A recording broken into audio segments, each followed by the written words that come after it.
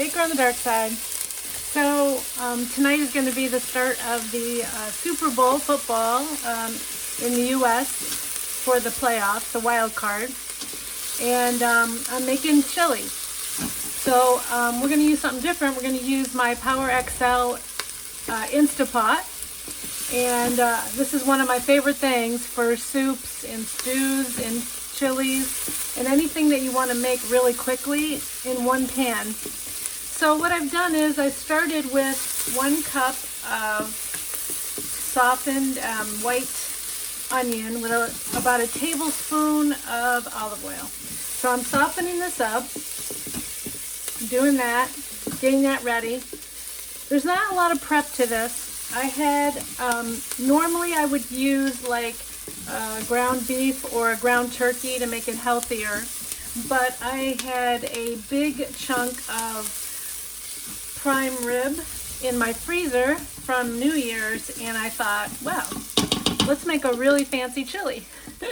So I have just sauteed up the onions, and the meat has already been roasted and cooked. So there's my, it's about a pound of prime rib. So I'm gonna dump that in, and I'm just gonna get it cooked in there, get it a little browned. And this is going to be a pretty simple chili. Sometimes I'll add a lot of vegetables, like green peppers, corn, all kinds of stuff. But I'm making this pretty simple, just to keep it quick and easy. So I'm getting that meat in there, browning it in there. All right, so the next thing I'm going to do is I am going to add, I have some weird things that I put in my chili to give it some umami. So we're going to add just a little bit, just a drizzle of honey, just to add some sweetness. I'd say a teaspoon. I'm going to add 1 teaspoon of cocoa powder. So, yep, actually chocolate cocoa powder. It's going to give it a richness. And then to give it a little more funk, I'm adding 2 tablespoons of fish sauce. Okay. And then I have my, I usually use Coconut Aminos, but I'm out, so I'm going to use low sodium teriyaki sauce in place of my soy sauce today. So I've got that in there. And then I'm going to put a teaspoon of apple cider vinegar. Give it a little vinegar. This is to add some umami, but not with a lot of salt. So that's why I'm doing that. 1 teaspoon of oregano, dried oregano. And then I've got 3 cloves of garlic. I'm going to throw that in there. I am going to add, what? Light salt? Yep, light salt. I'm going to add my light salt. You guys know I only use the light stuff. So I'm going to do that. 1 teaspoon. Needs a little bit of salt. I can smell that fish sauce and that teriyaki. I hope you can see in the pan here. It's looking really good. I'm just getting that nice beefy flavor.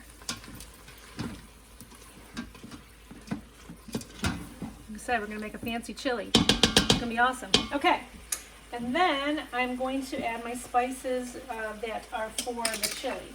So we have,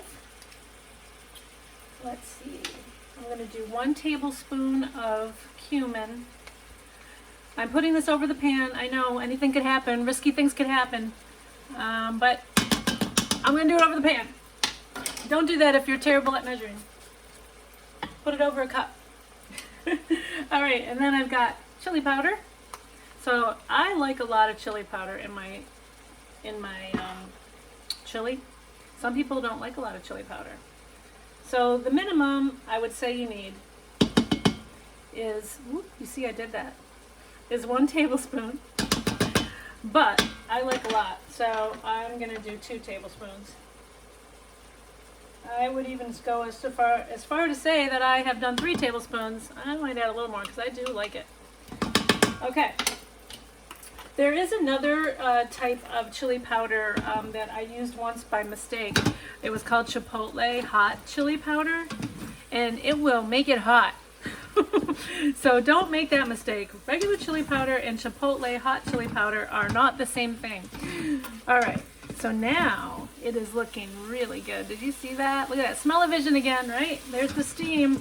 All right, so we've got the beef, we've got the chili, the cumin in there. I love cumin. I can't even make my chili or tacos without cumin. It is amazing. It's an amazing smell. It's just so good. All right, now we just have to throw in our jalapeno pepper because I do like some heat. I didn't like that hot chipotle.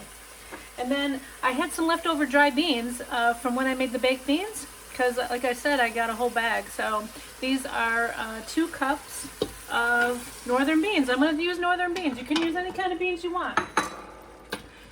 I wouldn't use garbanzo, but I would definitely say you could use that. So I'm going to mix those beans in. Looking really good. I've got this power pressure cooker on Saute, just so you know, and it's on a timer.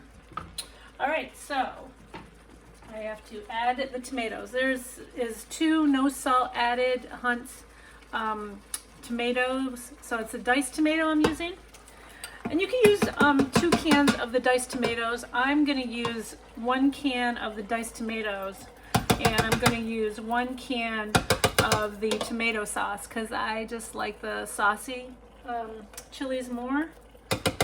Okay, and then what I usually do is I add maybe like a half a can of water. And so the size of this can is 15 ounces. It's 15 ounces, just so you know. So about a cup of water. And then I've got a cup of no salt chicken stock. You can use beef stock if you'd like to. I had chicken on hand, so that's what I'm using. All right, so now I'm going to stir this up. You just want to make sure it's all nicely stirred and incorporated.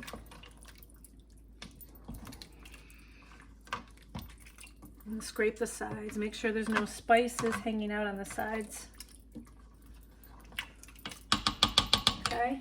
And then the last thing I have to add is, just to make it thicker, I add tomato paste. So this is 3 tablespoons of tomato paste. Wasn't as prepared with my spatulas today. All right, so here we go. Gonna put that in. Any kind of tomato paste you like, it's fine. Also, you could use the diced tomatoes with the chilies in it. They make that in the can, same size can. So you could also use those if you really want to keep the Mexican flair.